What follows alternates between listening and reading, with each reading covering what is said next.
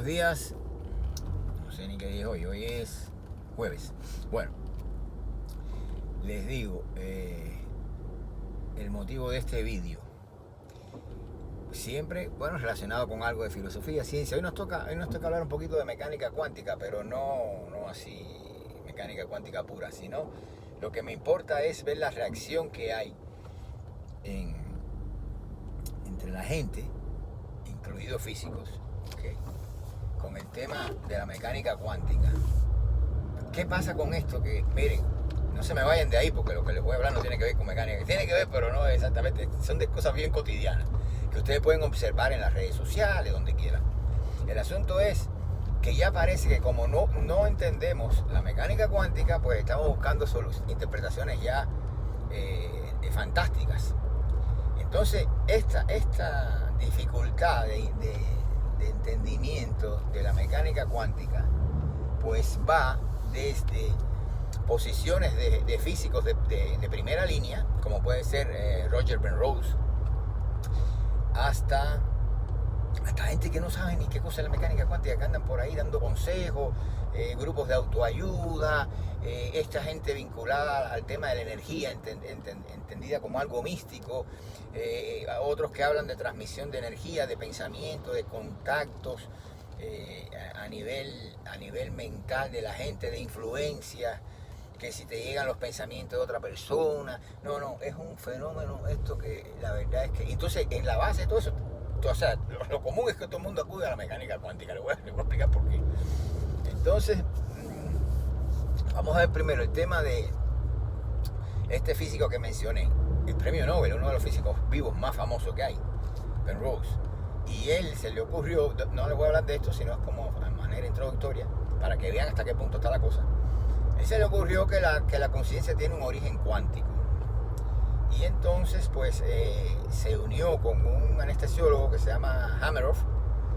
Y esto es interesante porque los anestesiólogos tienen la peculiaridad de trabajar en estados donde la gente está, yo no sé cómo ellos le llamarán, pero como quiera que sea, son estados de debilitamiento de la conciencia. ¿Hasta qué grado? Bueno, dependerá de la cantidad de anestesia que le pongan. Pero esto es muy importante, pues yo hice un libro sobre esto mismo, sobre los estados preconscientes. Y entonces, bueno, sé de qué le estoy hablando, ¿no? Y yo establecí que habían ahí unos estados participativos, como yo le llamo, que son regresivos, ¿no? Y mediante la anestesia se puede llegar a uno de esos estados. Hay varias vías, mediante la droga, anestesia, hay varias vías. La gente, los que son, tienen pacientes estos que son psiquiátricos, son locos. Bueno, pues hay varias vías de investigar estos estados que no son conscientes, que son prerracionales. Entonces, bueno, yo establecí estados participativos de gradación, ¿no? Son estados de regresión ontogenética y filogenética. Se pueden contactar en los dos ejes, ¿no? Y entonces, recuerdo que uno era el éxtasis, que es la detención de los procesos mentales significativos, lo primero. Después venían las alucinaciones y el más profundo es el trance, ¿no? Esto es un área riquísima, que la verdad es que yo me di banquete con eso, hice todo un libro, imagínense ustedes. Bueno, entonces, el asunto es que este físico, pues se le ocurrió pensar que la conciencia tiene un origen cuántico y por lo tanto, pues empezó a buscarla junto con Hameroff, y han desarrollado una teoría que no le voy a hablar de ella aquí ahora porque no viene al caso, pero bueno, lo cierto es que ellos buscan, ¿dónde lo encuentran? Bueno, lo están buscando a nivel neuronal, dentro de las neuronas, pero son ni siquiera las neuronas, sino que dentro de las neuronas ellos han ubicado unas cosas que se llaman los microtúbulos. Entonces ahí en los microtúbulos, eso, pues por ahí andan buscando el origen cuántico de la conciencia. Menos mal que no todos los físicos aceptan esto, y a mí me parece realmente una cosa bastante descabellada. Déjame cerrar esto. Bastante descabellada, ¿verdad? Pero bueno, ahí van las cosas, ¿no? Y Penrose sigue pensando que eso puede tener algún resultado. Porque ¿qué es lo que pasa con eso? Que si usted no sabe lo que está buscando, pues de nada le valen los esfuerzos. Y lo que sucede es que la física no entiende ni sabe qué es la conciencia. no solo la física, eso muy poca gente lo sabe. Entonces, si usted no sabe lo que está buscando, Platón decía, nadie buscará lo que sabe por saberlo ya.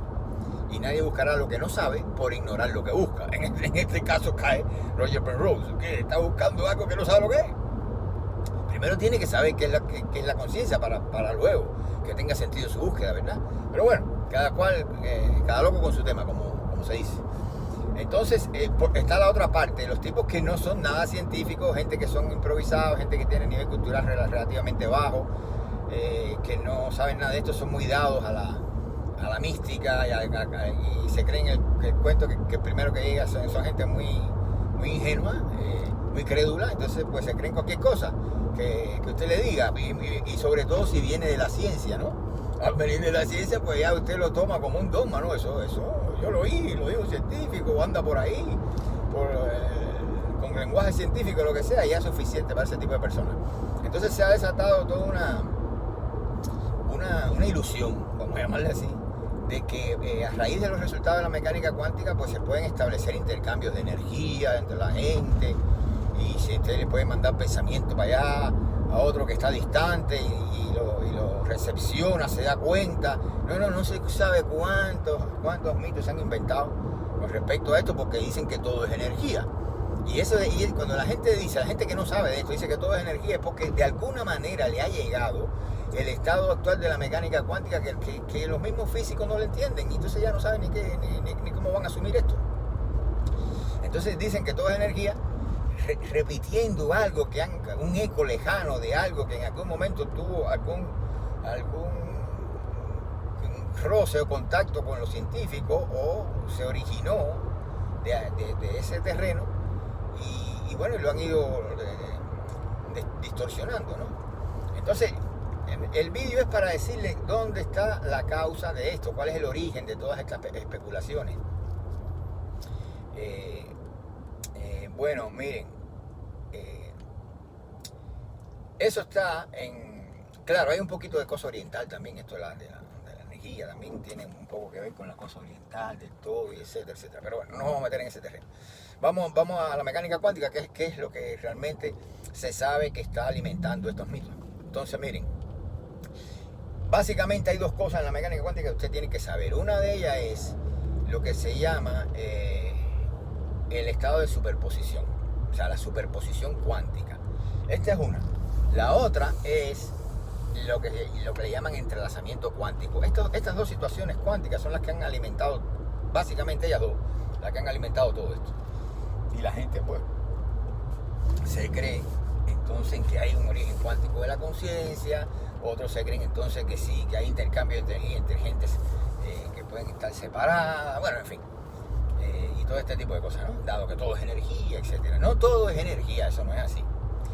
Y en cuanto vamos a ver qué pasa con la superposición. Mire, hay una manera que se ha difundido de interpretar la superposición cuántica que en el fondo no es correcta. Y este tipo de cosas es la que ha alimentado parte de este mito, ¿no? Una es que las partículas cuánticas están en varios estados al mismo tiempo, a la vez.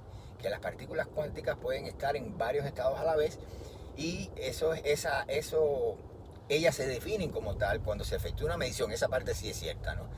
La parte que no es correcta es pensar, bueno, entiendan que la superposición se entiende justamente eso, de que la partícula se encuentra en un estado de probabilidad cuántica.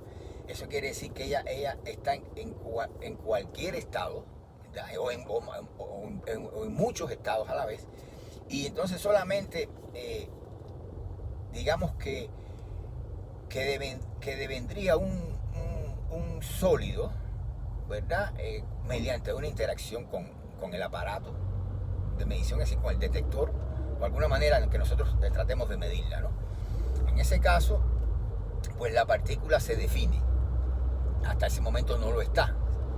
La partícula se define, y se define en un estado que va a ser el estado, en física se dice el estado propio del operador, porque ahí se trabaja con operadores, no con cantidades reales, mucho menos. Entonces, se reduciría al estado propio del operador de la magnitud observada, ¿no? Entonces, eso quiere decir que la partícula se define de un estado de probabilidad cuántica que puede estar en cualquier estado al mismo tiempo, y entonces ella pues se definiría por uno solo, ¿no? Ahora bien, esta definición, como se le llama también, correría justo con la medición. Si no hay proceso de medición, ella siempre va a estar en ese estado de probabilidad, de indeterminación o de probabilidad cuántica en cualquier estado posible, ¿verdad? Pero no en uno definido. Para que ese se defina tiene que haber una medición. Entonces, lo otro, bueno, ¿cuál es el error aquí? Bien, el error que los físicos no lo notan es muy simple. Que no existe la partícula. Usted no puede decir la partícula se encuentra en un estado de probabilidad, se encuentra en un estado en una multiplicidad de estados al mismo tiempo. Nada de eso es cierto. ¿Por qué? Por una razón muy simple. Es que la partícula no existe antes de ser medida. O sea, la interpretación de Copenhague, que para mí es la que más se acerca a la realidad, y fue la de los fundadores, pues esta interpretación nos dice que, por ejemplo, que el electrón no existe si no es observado. Esto la gente no lo entiende. Pero, ¿qué es lo que pasa en el fondo? Que el error básico está, fíjense, tiene raíces muy profundas, en que se interpreta mal el fenómeno del movimiento. Si usted no sabe lo que es el movimiento, tampoco puede entender qué es lo que está pasando con esto que yo le estoy explicando, que en física se conoce como colapso de la función de onda, ¿verdad?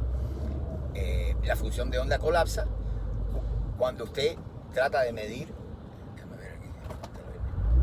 efectúa una medición, y entonces eso es lo que provoca el colapso de la función de onda. De ahí y cuando esa función de onda colapsa, pues la partícula, eso que usted está midiendo, que no es partícula, deviene un sólido.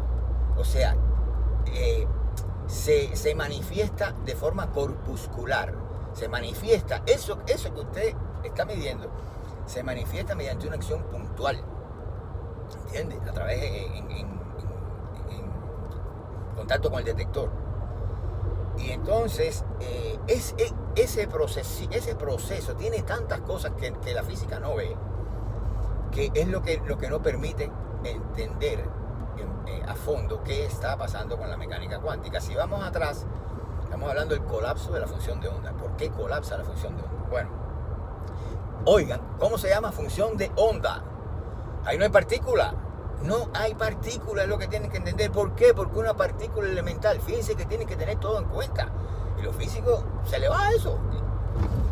Una partícula elemental es una dualidad onda-corpúsculo. O sea, cuando se habla de partícula, usted está incluyendo el comportamiento corpuscular y el ondulatorio simultáneamente. Si no hay esa dualidad onda-corpúsculo, no hay partícula elemental.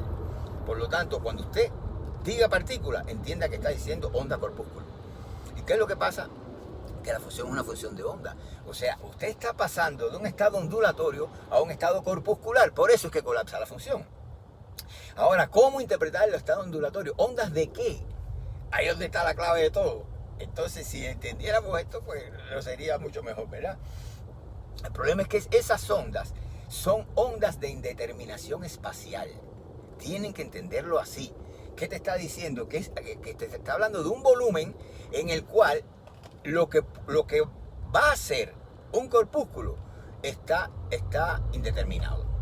O sea, ese corpúsculo se encuentra que no es corpúsculo, fíjense todavía, porque hay que medirlo para que sea corpúsculo. Ahora le explico y por qué. Ese corpúsculo se encuentra, Rasmasan, ni se dice en ruso eso, se encuentra como que regado, embarrado, en un área, en un volumen, ¿no? Uno no puede decir que está definido dónde está exactamente ese supuesto electrón. Vamos a ponerle el nombre a dónde está ese electrón. No podemos decirlo porque está con igual probabilidad en un volumen determinado del espacio, ¿no? Ese espacio obviamente no es el espacio suyo ni el mío, es el espacio de Hilbert. Ahí en mecánica cuántica se habla, es un espacio matemático, ¿verdad? Todo es bien abstracto. Estamos hablando del espacio de Hilbert. Entonces, pero lo cierto es que que es así como se encuentra el electrón, que el electrón es onda corpúsculo. Ahora, depende de cómo usted interactúe con él, el electrón va a manifestar sus propiedades ondulatorias o sus propiedades corpusculares. El colapso de la función de onda significa sencillamente que la onda desaparece y se manifiesta corpuscularmente el electrón de manera, o sea, se manifiesta por una acción puntual y de manera determinada. Usted puede localizarlo, ¿entiende? Tiene localización, es un corpúsculo. No tiene localización, es una onda. ¿Por qué?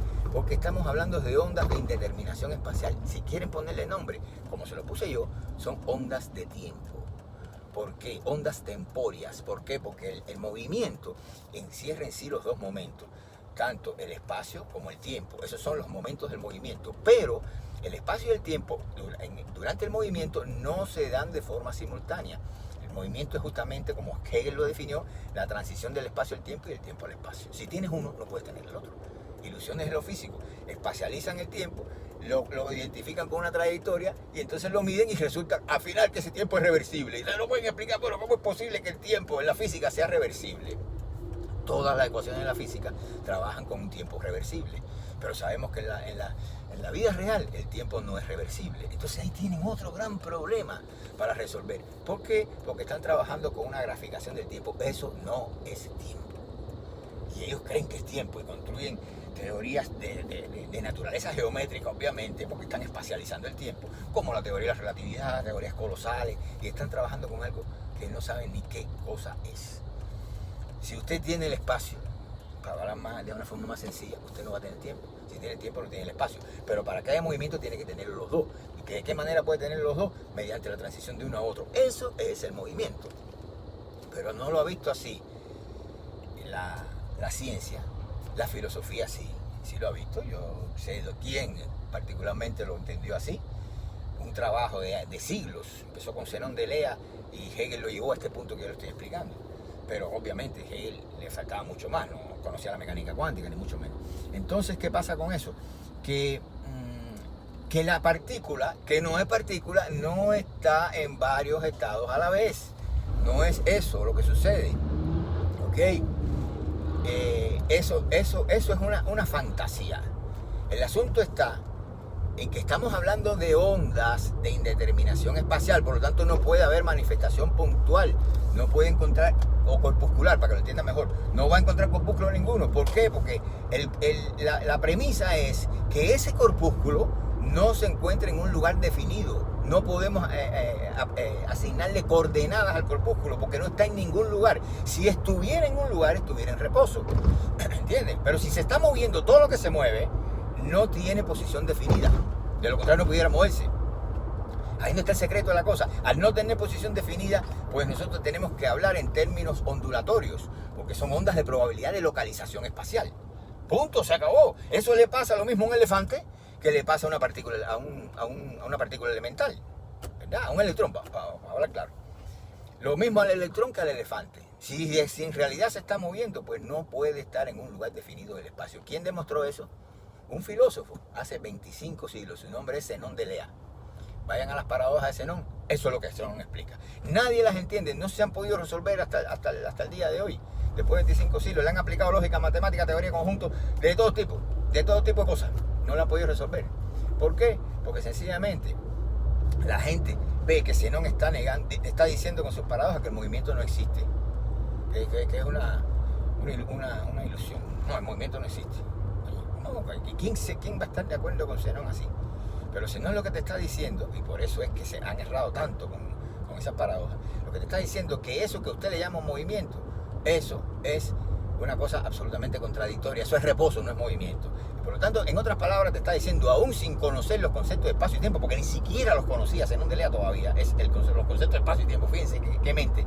Y lo que te está diciendo es, eso que usted le va a llamar después en física trayectoria dinámica, eso no es movimiento, eso es una serie de estados de reposo. Punto. Esa es la grandeza de Zenón de Elea. Eso es irrebatible.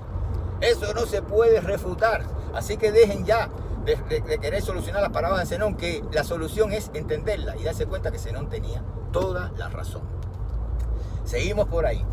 Llegamos al punto entonces de, ya ustedes saben que no puede haber ninguna mística a partir de este concepto de superposición cuántica, por cuanto la partícula no se encuentra en varios estados a la vez. Y eso que si está muerto el gato, que si está vivo, que si todo eso, olvídense de eso, que eso no es así.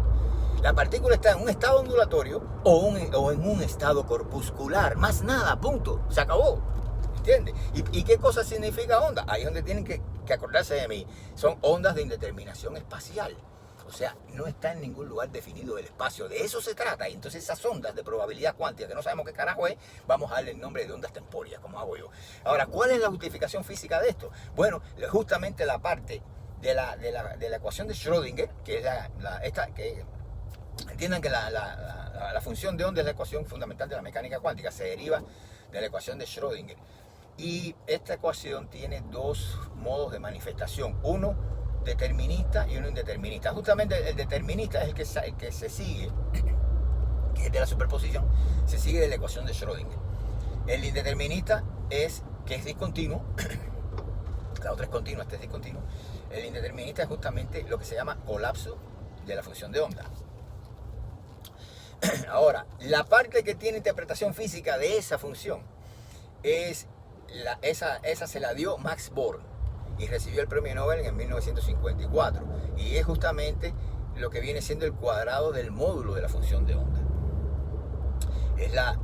Imagínense una letrica griega, que es la letrica psi, que es como un tenedorcito así, psi, entre dos barritas al cuadrado. Ese es el cuadrado del módulo de la función de onda. ¿Y qué significa eso?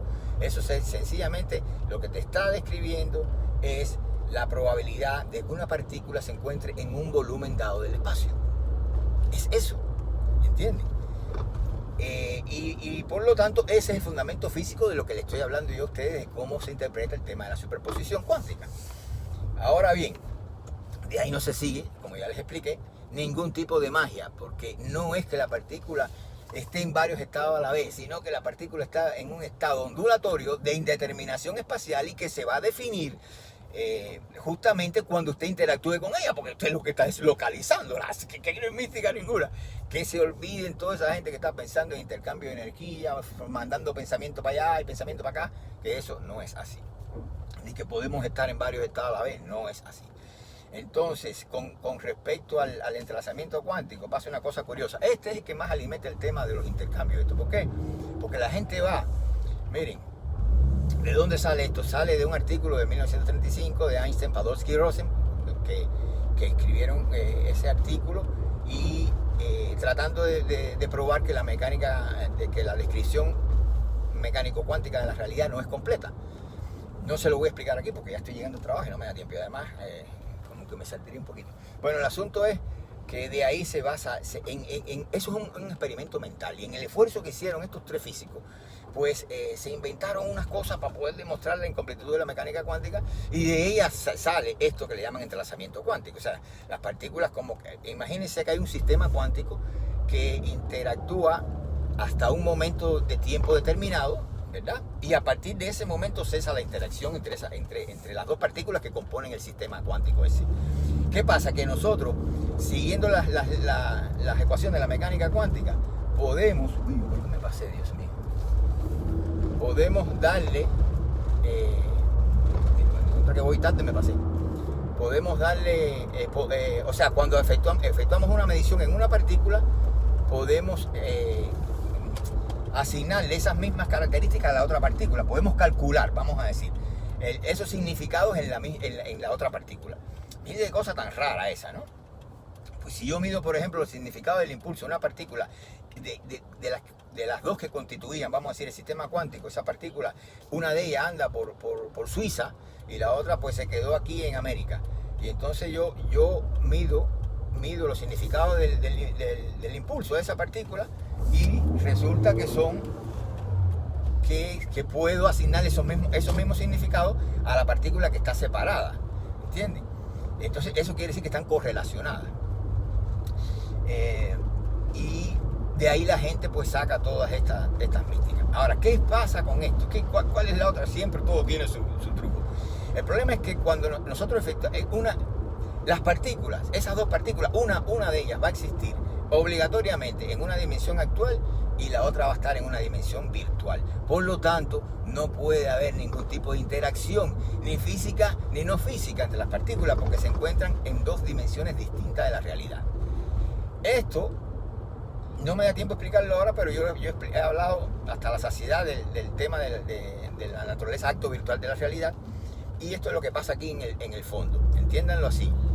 ¿Por qué sucede esto? Bueno, sencillamente es que las partículas existen en dos dimensiones distintas, y esto crea la ilusión de que usted puede atribuirle los mismos significados del impulso o de la velocidad o lo que usted le mida a una partícula que está separada espacialmente de la otra. Ya cesó la interacción y la partícula anda, si quieren la ponen allá en qué sé yo, en la estrella más distante que puedan conseguir, y siguen correlacionadas las partículas. Claro, una va a estar en un plano virtual, ¿verdad? Y la otra va a estar en un plano actual, en la que usted realiza la medición, y la otra que le aplica los resultados de las ecuaciones.